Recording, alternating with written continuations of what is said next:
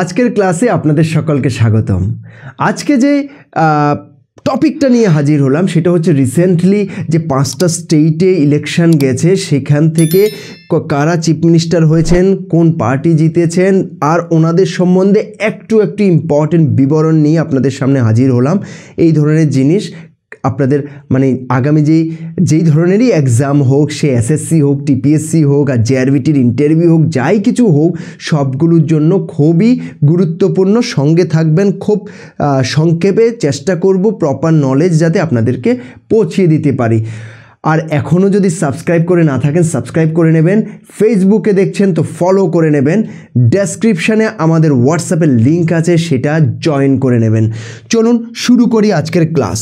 তো প্রথম যে স্টেটটা নিয়ে আমরা কথা বলতে যাচ্ছি সেটা হচ্ছে ছত্তিশগড়। ওকে, সেখানে ভোট হয়েছিল 7th আর 7th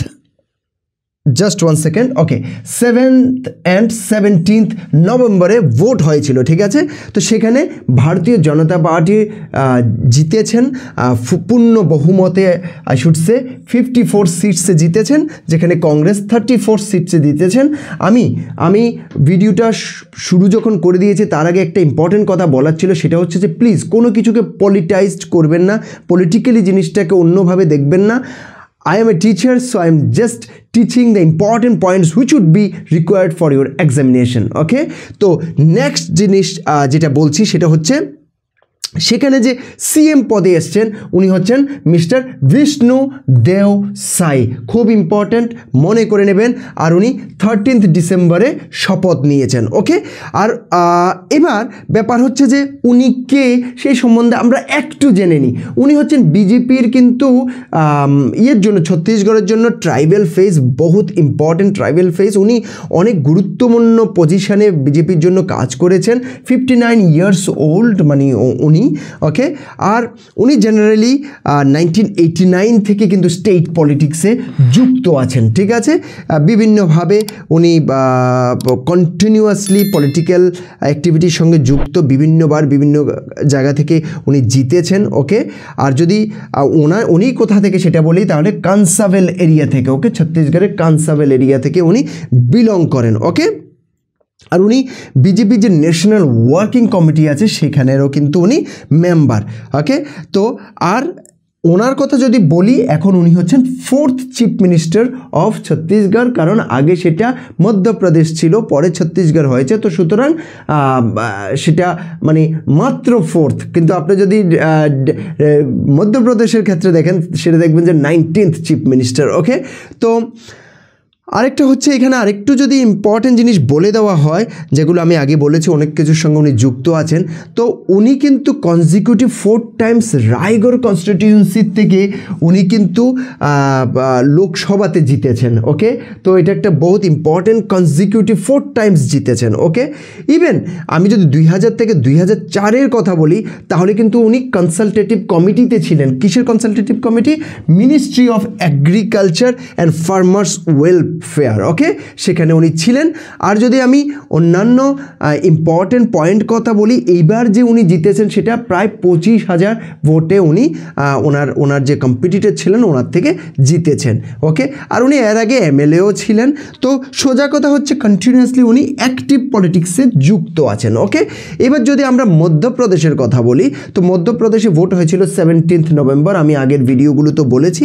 এখন যিনি চিফ মিনিস্টার হয়েছেন, কত number chief minister? 19th number chief minister, ঠিক আছে, ডক্টর মোহন যাদব।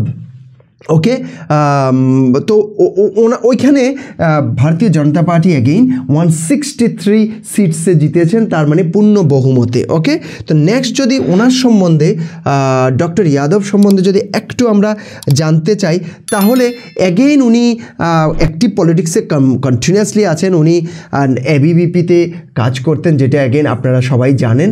ওকে, তো অ্যাক্টিভলি ইনভলভ আছেন বিভিন্ন কিছুতে। উনি উজ্জৈন থেকে উজ্জৈন যে সাউথ অ্যাসেম্বলি সিট থেকেও উনি আগে জিতেছেন। ওকে, তো বিভিন্নভাবে উনি কন্টিনিউয়াসলি অ্যাক্টিভ পলিটিক্সে আছেন।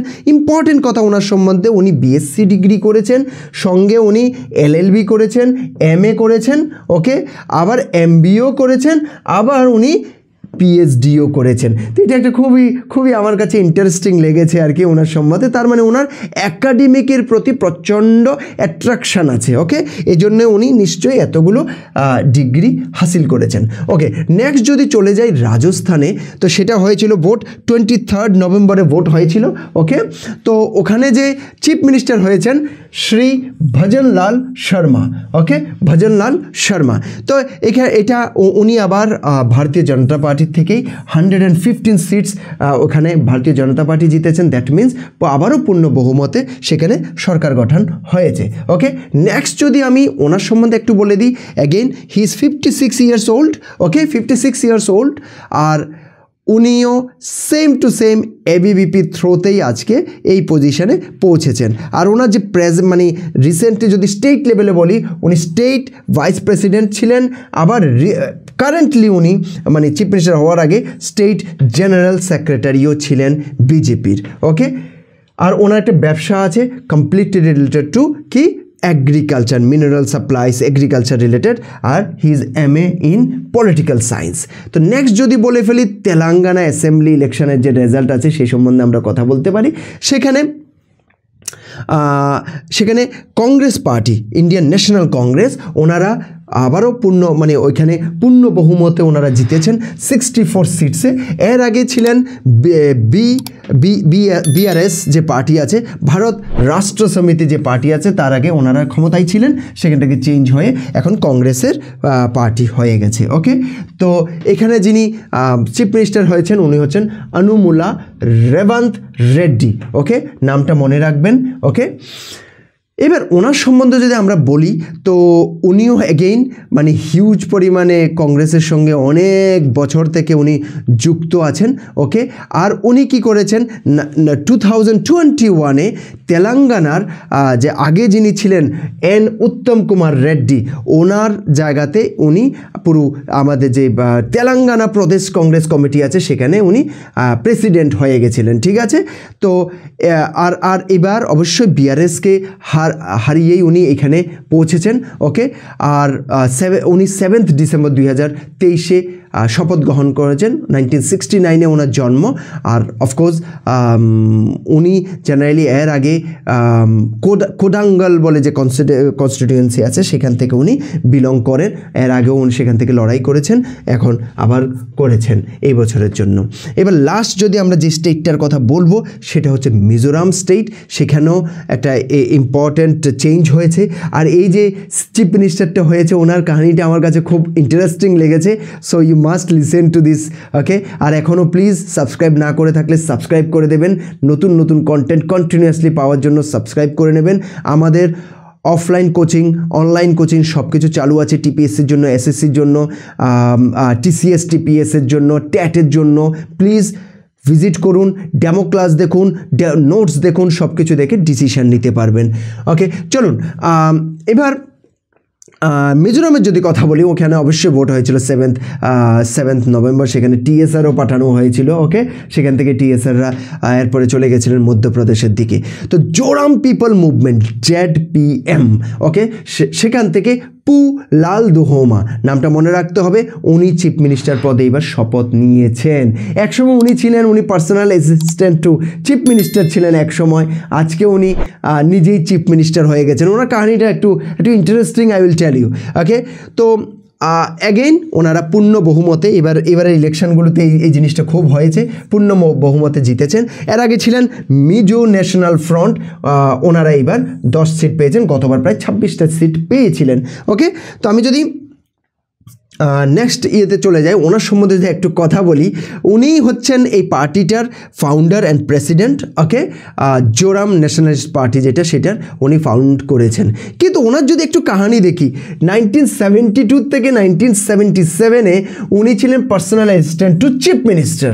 1977-এ উনি ইন্ডিয়ান পুলিশ সার্ভিস জয়েন করে নেন, IPS অফিসার হয়ে যান। ঠিক আছে, উনি সেটা ছেড়ে দিয়ে 1984-এ উনি ভাইস চেয়ারম্যান হয়ে যান, মানে কংগ্রেসে যোগ দেন, ভাইস চেয়ারম্যান হয়ে যান মিজোরাম স্টেট প্ল্যানিং বোর্ডের। ওকে, এরপরে উনি একটা ফর্ম করেন একটা পার্টি, সেটা হচ্ছে Mizo National Union. Can you imagine? ওনার কিন্তু কন্টিনিউয়াস মানে ক্যারিয়ারে উনি কন্টিনিউয়াস কিছু না কিছু করতে দেখেছেন, ওকে করেছেন। এরপর যেটা মার্জ হয়ে গেছিলো মিজোরাম পিপলস কনফারেন্সের সঙ্গে, ওকে, আর উনি সেখানে ওয়ার্কিং প্রেসিডেন্ট হয়েছিলেন। পরে কি হয়েছে, উনি জয়েন করেছেন Mizo National Front as advisory, okay, আর পরে সব কিছু ছেড়ে উনি জোরাম ন্যাশনাল পার্টি গঠন করেছেন। বুঝতে পেরেছেন কতটুকু একটার পর একটা উনি অ্যাক্টিভিটি করে উনি ফাইনালি এখন চিফ মিনিস্টার হয়ে গেছেন। এর আগে উনি মিজোরাম লোকসভা থেকে, মিজোরাম যে কনস্টিটিউয়েন্সি আছে সেখানে লোকসভা থেকে উনি জিতেছিলেন, ওকে। তো এই হচ্ছে ওভারঅল আজকের ক্লাসের ডিটেলস। আশা করি আপনাদের এই ইনফরমেশানগুলো খুবই কাজে আসবে। এক জায়গাতে সব কিছুকে করে দিয়ে দেওয়ার চেষ্টা করেছি। ভালো লাগলে লাইক করবেন, কমেন্ট করবেন কী ধরনের ভিডিও নিয়ে আসবো, কী জিনিস আপনাদের লাগবে সেগুলো নিয়ে কমেন্ট করবেন, কিভাবে আমরা হেল্প করতে পারি সেগুলো নিয়ে কমেন্ট করবেন। আর প্লিজ সাবস্ক্রাইব করবেন এখনও যদি না করে থাকেন, ফলো করবেন ফেসবুকে যদি না করে থাকেন। Thank you very much.